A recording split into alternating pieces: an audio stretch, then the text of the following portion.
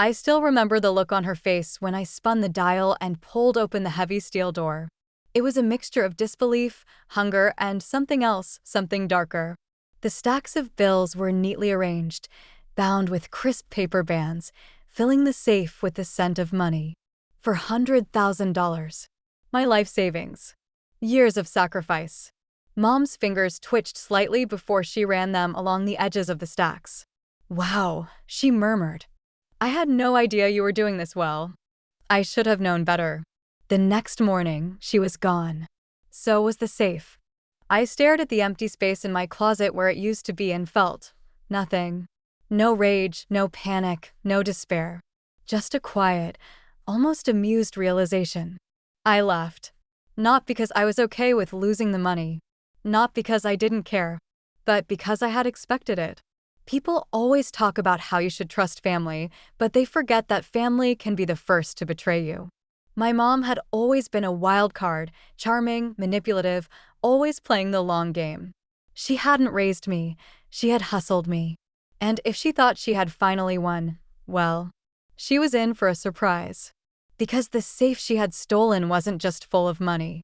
It was full of secrets, secrets that, once exposed, would change everything.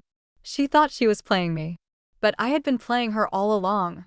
The first time I learned not to trust my mother, I was 8 years old. She had promised to pick me up after school for a special dinner, just the two of us. I waited on the front steps, watching the cars pass as the sun dipped lower in the sky. She never came. Hours later, my uncle finally showed up, shaking his head like he had seen it all before. "She'll be back when she needs something," he muttered. And she was. A week later, grinning as if nothing had happened, asking if she could borrow a little money for rent. That's who she was. Always disappearing, always coming back, always needing something. But this time was different. This time, she had taken everything. I stood in my empty closet, staring at the space where the safe had been, the weight of the moment settling over me like a slow, creeping fog. Most people would have been furious. I could imagine someone else in my position tearing through the house, throwing furniture, cursing the heavens. But me? I just chuckled. Because if she thought she had finally pulled one over on me, she was dead wrong. The safe she had stolen wasn't just full of money, it was full of carefully crafted bait. That $400,000? It wasn't even real money. It was fake bills, the kind used in movie sets, wrapped around just a few real $100 bills to make the stacks look authentic. It was a test, one that I had set up months ago the moment she waltzed back into my life with her sweet smiles and her stories of regret.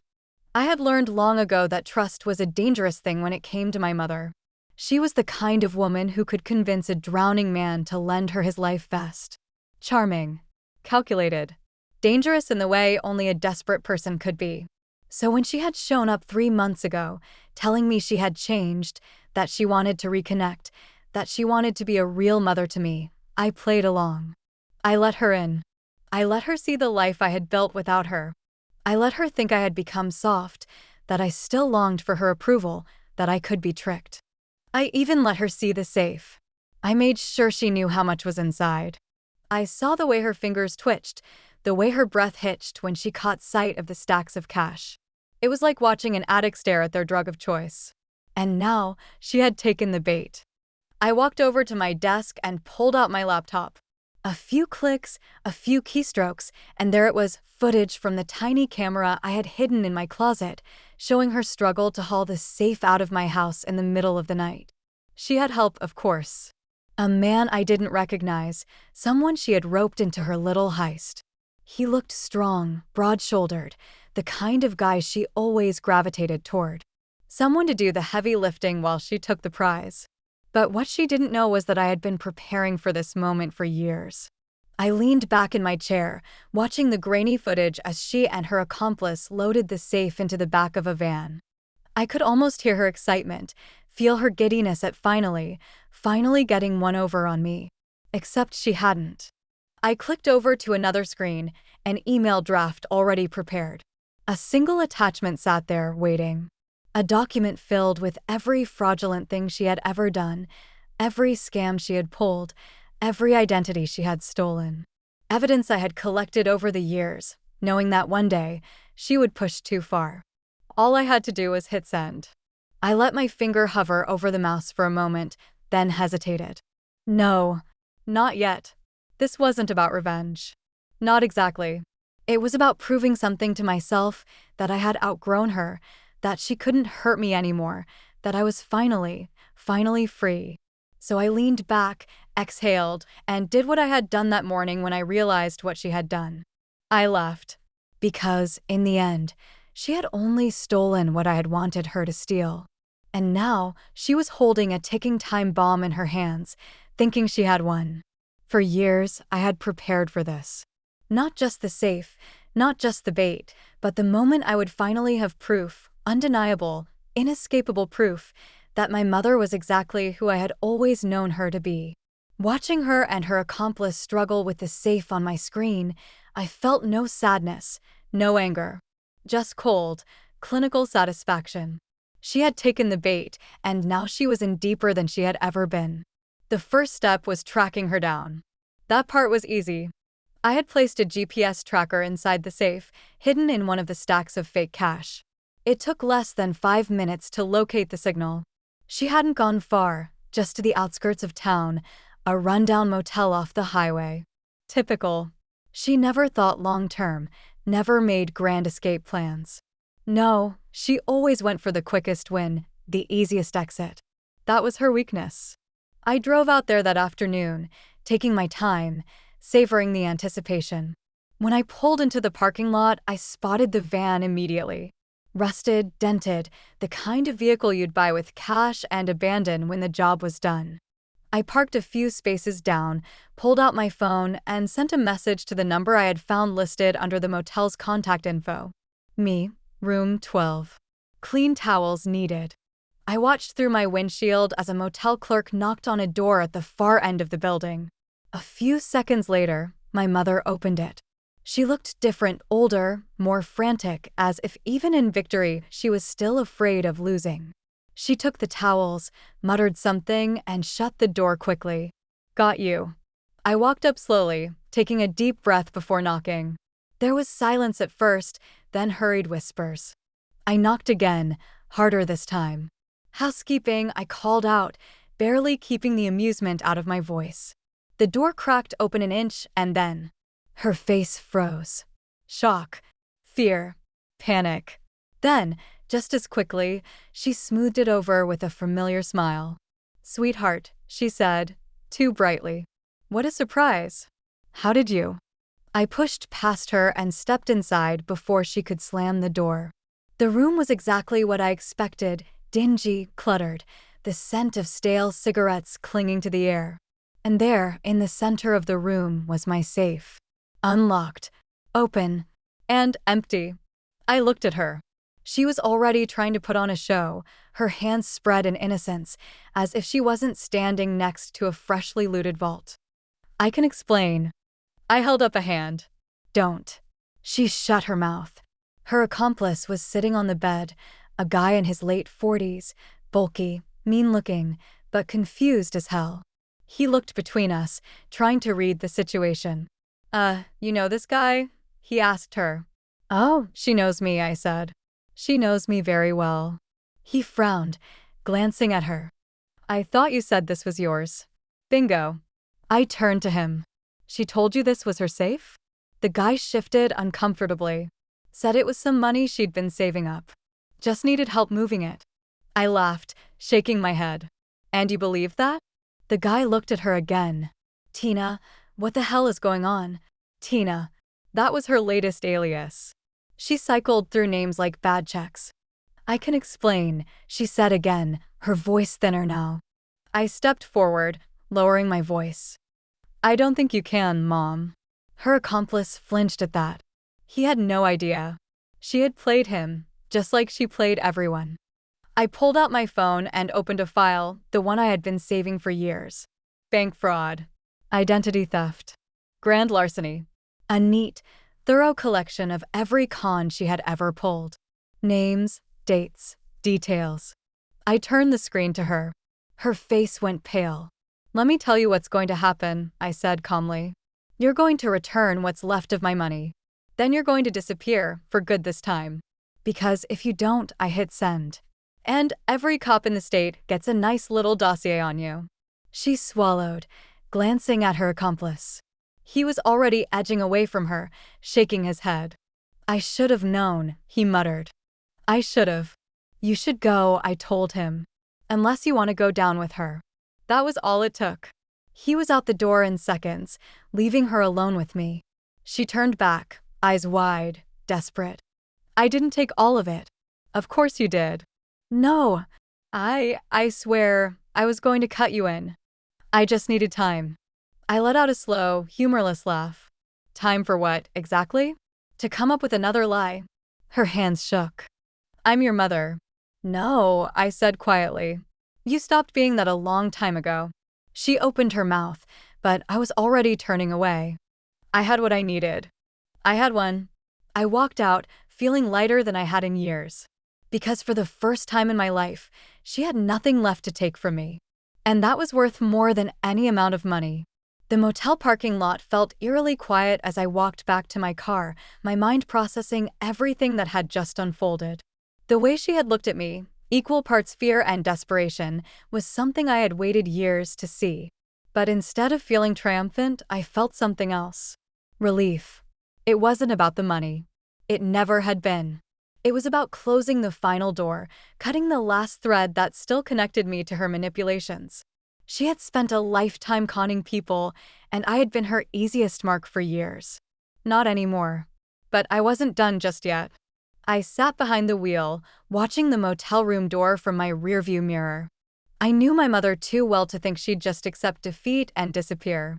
No, she was already planning her next move, her next escape. I had to make sure this was the last time she'd ever be able to do this to me or anyone else. I scrolled through my phone, pulling up a second GPS signal. I had planted another tracker, not just in the safe, but in her purse, tucked inside the lining. She thought she was good at this game, but I had learned from the best. A soft ping showed her location moving. She was on the move already. I started the car and pulled out, keeping a safe distance as I tailed her down the highway. She wasn't going far, just back into the city, weaving through back roads, trying to lose any potential followers. But I was patient. I had all the time in the world. Finally, she pulled into a storage facility on the outskirts of town. Interesting. I parked across the street, watching as she got out and glanced around. Paranoid. Good. She should be. I waited until she disappeared inside one of the units before making my move. I stepped out of the car, keeping my footsteps light, my breath steady. I had spent years chasing ghosts of my mother, trying to piece together what was real and what was a lie. Now, for the first time, I was the one haunting her. The door to the storage unit was slightly ajar. I peeked in, keeping to the shadows. And then I saw it. Stacks of money, real money this time, bundled neatly on a folding table. A duffel bag sat open beside it, already half-filled. She wasn't just running, she was preparing for something bigger. And she wasn't alone. A man stood next to her, flipping through one of the stacks. He was older, maybe mid-50s, with graying hair and a sharp, assessing look. I knew that look. It was the same one my mother wore when she was sizing up a target. You sure about this? The man asked. My mother scoffed. It's fine. I took care of it. You're sure? Because last time you said that, things got messy. She sighed, rubbing her temples. Look, I told you I handled it. He's out of the picture. I smiled to myself. Oh, Mom. You always did underestimate me. The man didn't look convinced. And the money? This all of it. She hesitated. Just for a second. Just long enough for him to notice. He sighed, stepping closer. You're holding out on me. I'm not. The slap came so fast I barely had time to process it. My mother stumbled back, clutching her cheek. I didn't move. Didn't breathe. She had spent years conning people, playing them, using them. But this time, she had played the wrong person. I don't like being lied to, Tina, the man said coldly. I clenched my fists. My mother might have been a liar, a thief, a manipulator, But seeing her get hit flipped something in me. Because for all her faults, for all the pain she had caused me, she was still my mother. I stepped out of the shadows. "That makes two of us," I said. The man turned, surprised.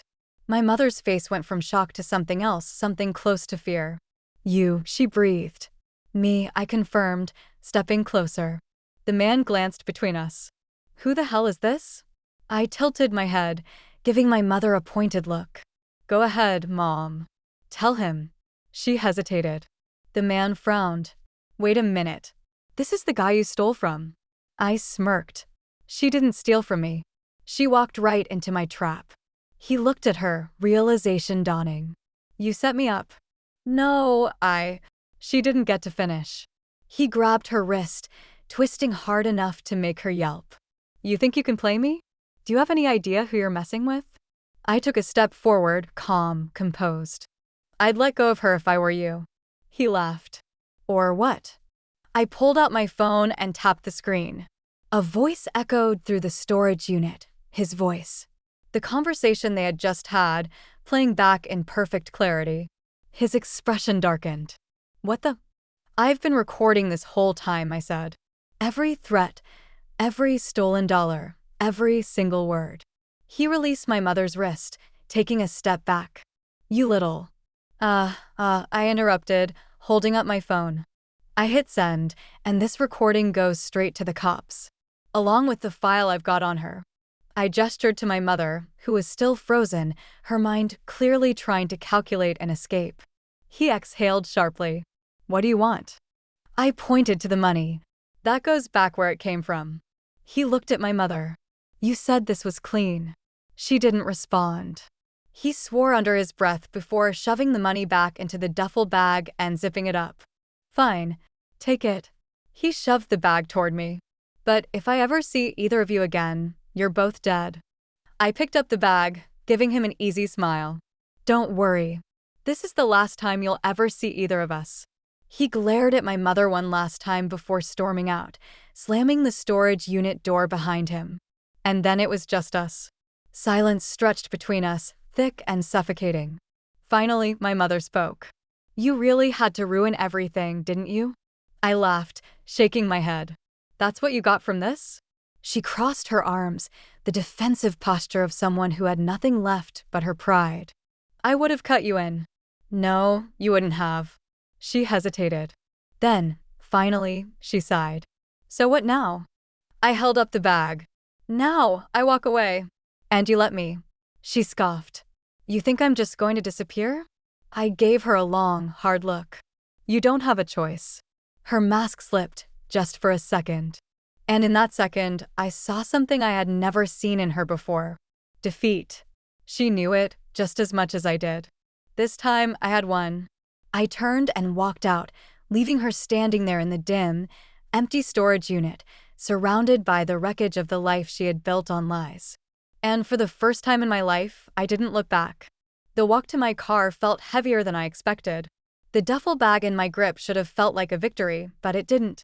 This was the moment I had been waiting for, the moment I had planned meticulously for years. My mother had finally been exposed, finally caught with nowhere to run. And yet, standing there in that dimly lit storage facility, hearing the echo of her empty excuses, I felt something I hadn't anticipated. Finality. For the first time, I saw her not as the larger-than-life con artist, not as the manipulative woman who had once had an unshakable grip on my life. I saw her for what she really was, tired, desperate, and cornered. I opened my car door and threw the duffel bag onto the passenger seat, but just as I was about to get in, I heard it. Footsteps. Fast, heavy.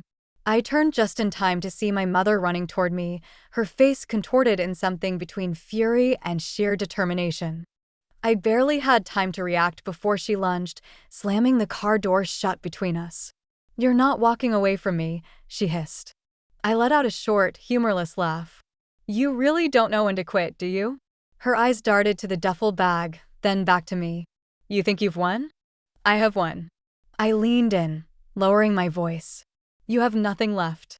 No money. No allies. Not even the benefit of the doubt."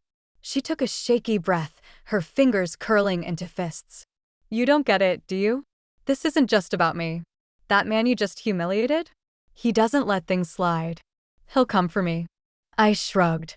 Sounds like a you problem. Her jaw clenched. If I go down, I will take you with me. There it was. The final, desperate threat.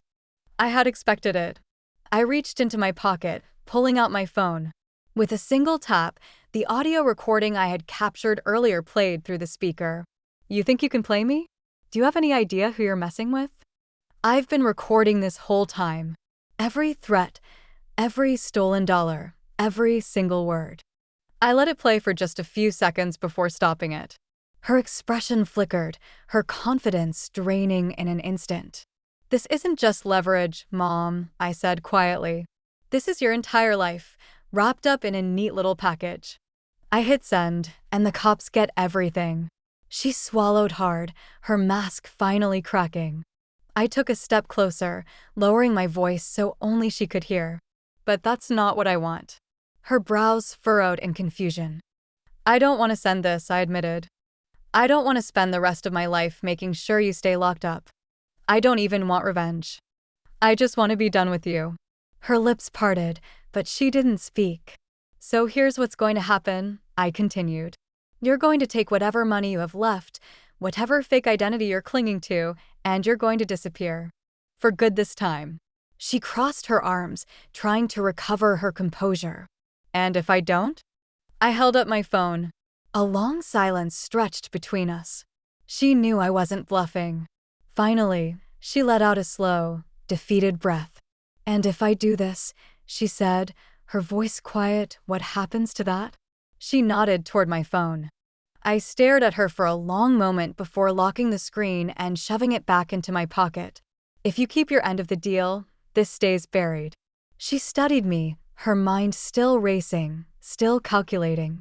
But this time, she had no angles left to play. A bitter smile tugged at her lips. You've gotten better at this. I learned from the best. A strange silence settled between us. This was the last time, the final conversation in a lifelong game of manipulation, lies, and broken promises. I expected her to say something more, one last lie, one last attempt at twisting things to her advantage. But she didn't. Instead, she nodded. Just once. Then, without another word, she turned and walked away. I watched her go, half expecting her to look back, to throw out one last plea, one last desperate excuse. She didn't. And I didn't stop her. I waited until she was gone, until I was certain she wouldn't come back, before finally getting into my car. For the first time in my life, I felt free. I sat in my car for a long time, staring at the empty parking lot where my mother had just stood.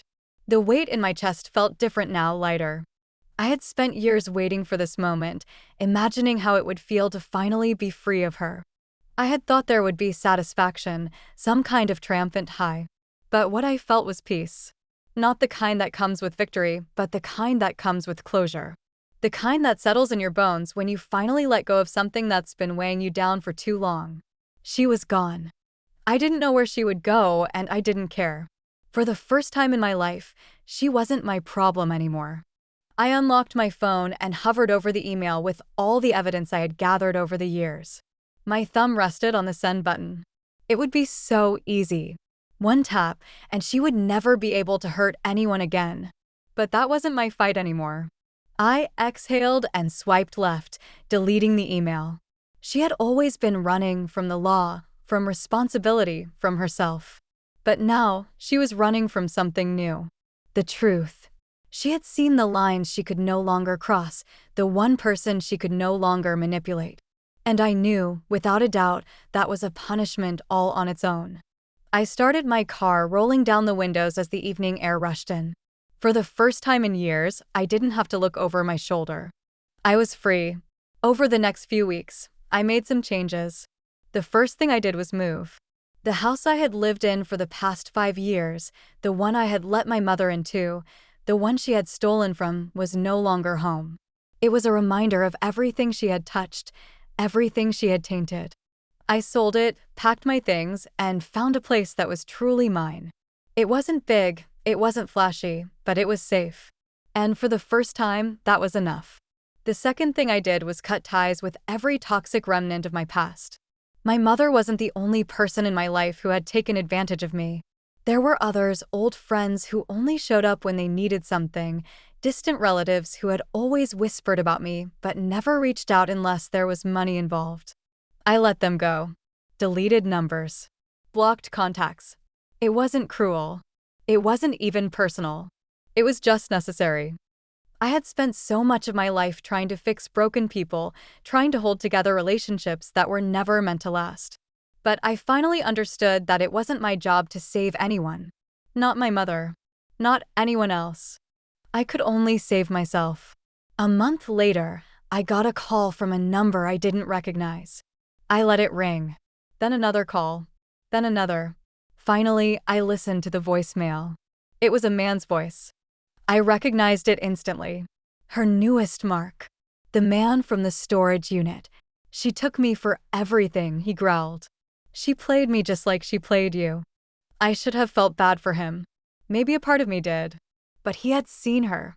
He had known exactly what kind of person she was, and he had still chosen to trust her. That was the thing about people like my mother. They never took from you. They let you give, then acted like you owed them more. I need to find her, he said. I need to make things right. I hit delete and never looked back. She was his problem now. And I was finally done. One evening, I sat on the porch of my new home, a glass of whiskey in my hand, watching the sunset paint the sky in deep oranges and purples. For the first time in years, I wasn't planning. I wasn't watching my back. I wasn't waiting for the next betrayal. I was just existing. Free. And as I took another sip, letting the warmth settle deep in my chest, I realized something. I had always been afraid that without my mother's chaos, I wouldn't know who I was. That somehow my life had always been defined by surviving her. But now I got to decide who I was going to be. And that was worth more than all the money in the world. The quiet that came after my mother's disappearance was unfamiliar, but it wasn't empty. It was the kind of quiet that people spend their whole lives chasing. A stillness that wasn't filled with waiting or fear. At first, I found myself glancing at my phone too often, expecting her name to appear, expecting another trick, another lie. But it never came. She was really gone this time. The house I had moved into was smaller than my last one, but it felt more like home than anywhere I had ever lived. Maybe because, for the first time, I had chosen it without her in mind. I wasn't trying to create a space that she could manipulate her way into. I wasn't leaving the door open for her return. I was done. For years, I had been stuck in a loop, always reacting to her, always preparing for her next move. Now, with no one left to guard myself against, I had to ask, what do I want? It was a question I hadn't been able to answer for years. So, I started small. I picked up old hobbies I had abandoned, reading, painting, playing the guitar. Not because I was trying to distract myself, but because I finally had the space to enjoy them without guilt or worry. I reconnected with real friends, the kind who had been there through everything and had never asked for anything in return. I apologized for the times I had distanced myself, for the times I had been too closed off to let them in. And for the first time in my life, I let people help me. It was harder than I expected. Letting people in, trusting them not to take advantage of me, it went against everything I had been trained to believe. But I realized something important. My mother wasn't the world. Not everyone was like her. Not everyone was out to steal, to manipulate, to twist things to their advantage. Some people were just good. One night, months after everything had settled, I got an email from an unknown address. The subject line was blank. But I knew who it was from before I even opened it. There was no message, just a single attachment. A bank account number. And a balance. $87,000. No name. No explanation. Just numbers on a screen. I stared at it for a long time. She wanted me to take it. A part of me wondered if it was a trap, if she was testing me, waiting to see what I would do.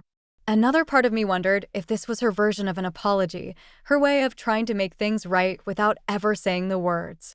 For a brief moment, I considered transferring the money. After all, wasn't it mine? Wasn't it what she had stolen from me in the first place? But then I asked myself a different question. Did I want anything from her anymore? The answer was clear. I deleted the email without hesitation. That money, wherever it had come from, whatever twisted reasoning she had for offering it, was tainted. I didn't need it. I didn't need her. A year passed. I no longer checked my phone for signs of her. I no longer wondered where she was. Sometimes, when I was walking down a busy street or sitting in a cafe, I would catch a glimpse of someone who looked like her, a woman with the same confident stride, the same sharp eyes scanning the crowd for opportunity. But it was never her. And even if it was, it didn't matter anymore. She no longer held space in my life. She was just a chapter one had finally closed. And as I sat on my porch one evening, watching the sunset paint the sky in deep oranges and purples, I realized something. I wasn't just free of her. I was free to live. And that was a kind of wealth she could never steal.